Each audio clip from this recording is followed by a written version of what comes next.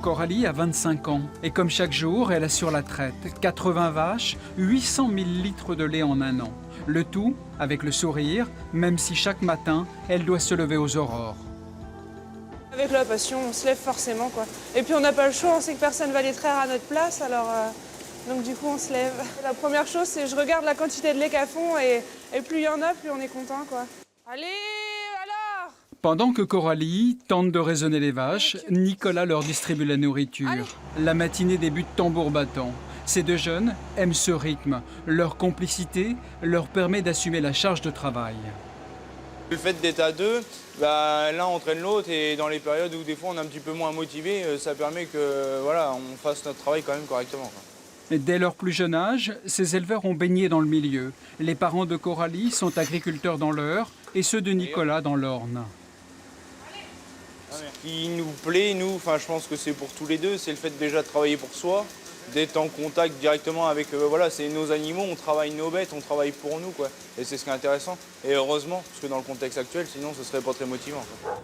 Coralie et Nicolas reprennent progressivement une ferme aux confins de l'Eure et du Calvados. 80 vaches, 90 génisses, 65 hectares de terre et un poulailler pouvant accueillir 20 000 poulets.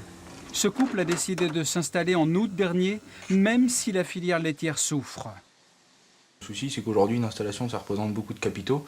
Et je pense que c'est un peu le talon d'Achille de l'élevage laitier. C'est que derrière, pour peu de rentabilité, on a beaucoup d'investissements. Et c'est vrai que quand on additionne tout, ça fait des chiffres qui sont assez importants. Mais derrière, la décision a été prise, donc on la suit et on assume et on va jusqu'au bout.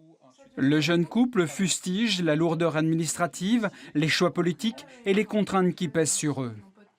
On a des normes écologiques, on a des normes sociales, à la limite, qui sont normales. C'est normal de ne pas exploiter les salariés, c'est normal que les bêtes soient dans de bonnes conditions et puis qu'on fasse attention à l'environnement, mais que ce soit pareil pour tout le monde. Et puis derrière, on pourra avoir un prix qui sera meilleur. Quand on regarde dans les supermarchés, le lait, il n'est pas que français qui est vendu au supermarché. Les yaourts, ils viennent pas que de France.